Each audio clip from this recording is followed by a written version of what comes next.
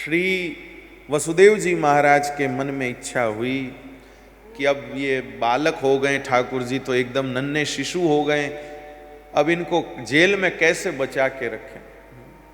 Jail में इनको बचा के रखना मुश्किल है, क्योंकि ये तो बाहर तो राक्षस खड़े हैं। मतलब अब वसुदेव जी के चित्त में से भगवान के प्रति ब्रह्म भाव जो था वो तो लुप्त हो गया, पुत्र भाव प्रकट हो गया। अब पुत्र भाव प्रकट हो गया इसलिए चिंता कर रहे हैं भाई, पुत्र भाव प्रकट हो गया इसलिए चिंता कर रहे हैं, पुत्र भाव प्रकट हो गया इसलिए चिंता कर रहे हैं। अब भैया सोचने लगे, अब मेरे पुत्र को मैं यहां सुरक्षित नहीं रख सकता, कैसे सुरक्षित करूं।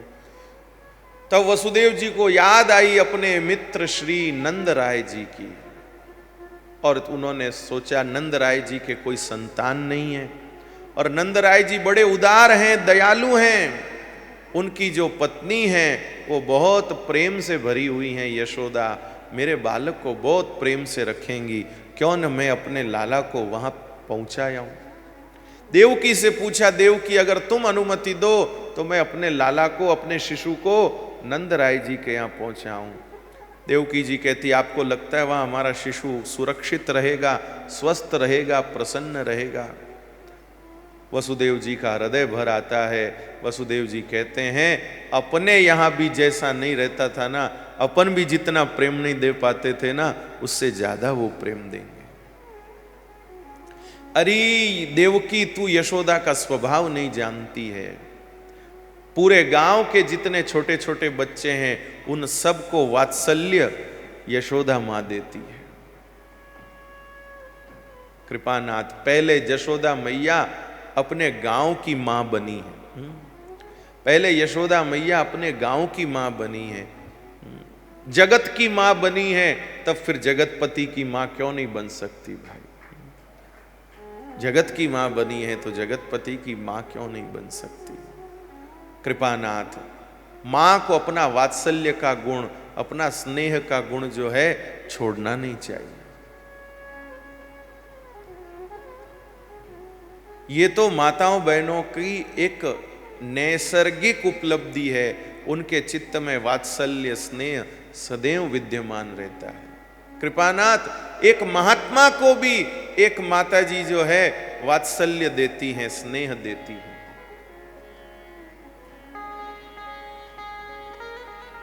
परम श्रद्धेय स्वामी जी महाराज एक प्रसंग सुनाते समय बहुत मुस्कुराते थे।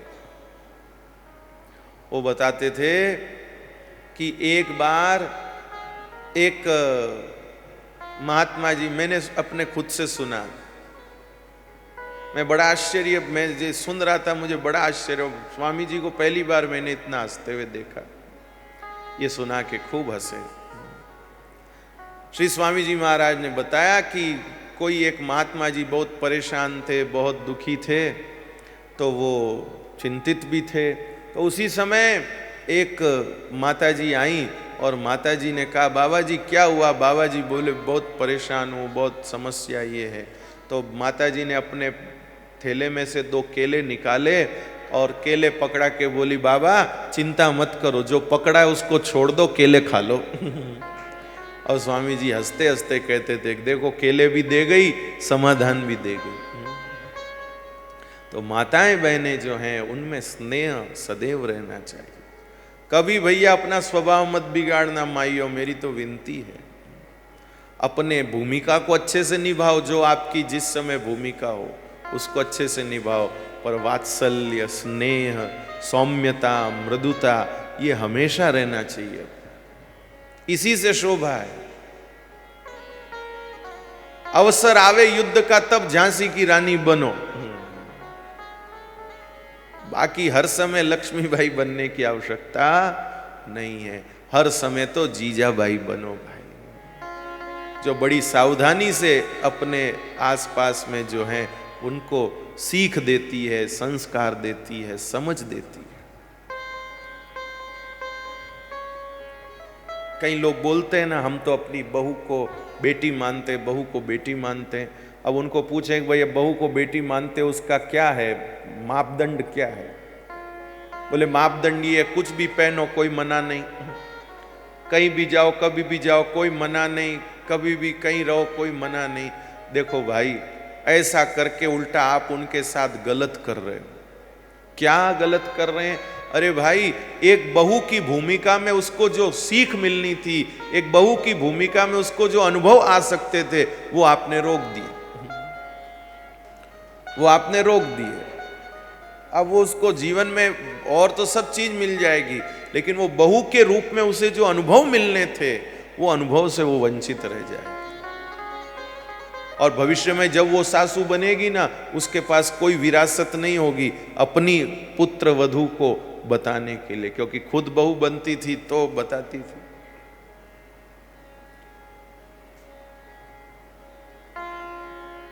पर अगर आप अपनी बहू को बेटी मानते हैं तो उसमें और कुछ आपको ये सब चीजों का कोई मतलब नहीं है कि कुछ भी पहनो वो भी पहनो। अगर आप अपनी बहू को बेटी मानते हैं तो उसका एक ही मापदंड होना चाहिए कि बहू से कोई गलती हो तो भैया सास की तरह डांटने के बजाय मां की तरह समझाएं। बस ये है उसका मापदंड। यदि आप अपनी बहू को बेटी मानते हो तो कोई कपड़े मन पसंद पहनने की छूट मत दो, इधर उधर कहीं भी जाने की छूट मत दो।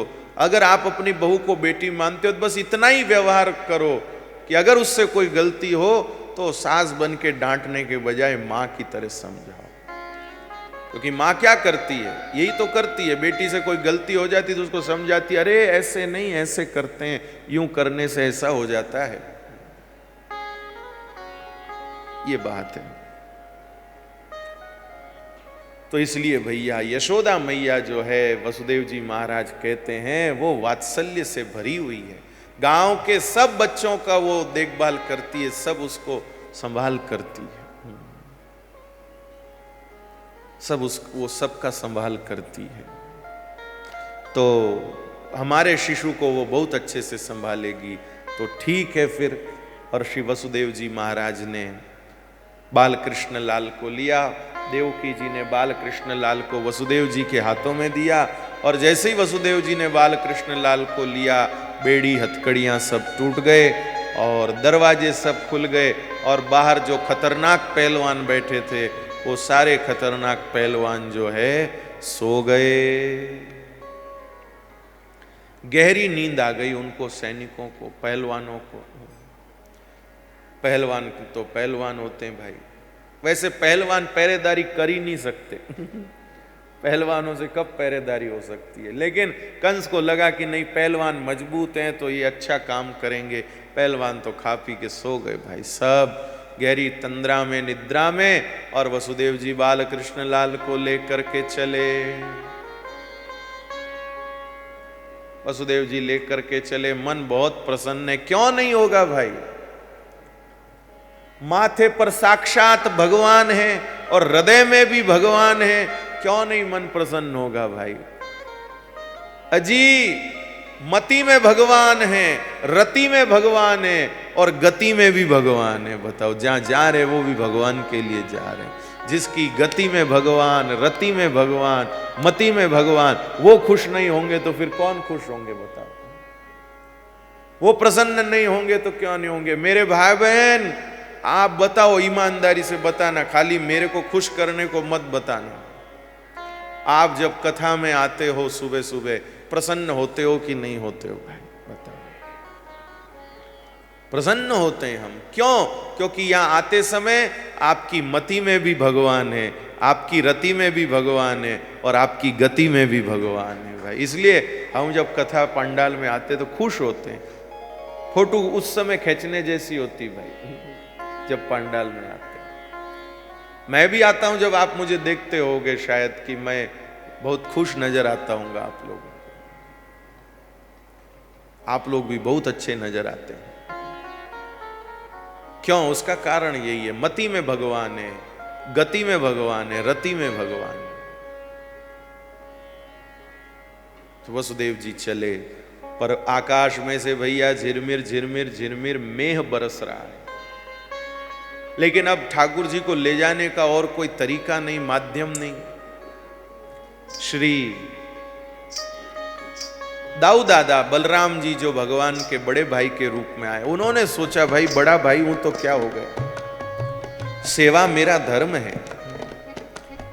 अगर बड़ा भाई कंपाउंडर हो और उसको पट्टी बांधनी आती हो और छोटे भाई के पांव में चोट लगी हो, तो क्या बड़ा भाई ये सोचेगा कि नहीं मैं छोटे भाई के पांव को हाथ कैसे लगाऊं? नहीं, मेरा धर्म है वो मुझे करना है। तो दाऊ दादा ने भी सोचा, बलराम जी ने भी सोचा, भले ही मैं बड़ा भाई बन के आया हूं तो क्या हो गया, कन्हैया की सेवा करना मेरा धर्म है, श्री हरि की सेवा करना मेरा धर्म है। और श्री शेष नारायण भगवान छाया की तरह ठाकुर जी के ऊपर चलने लगे।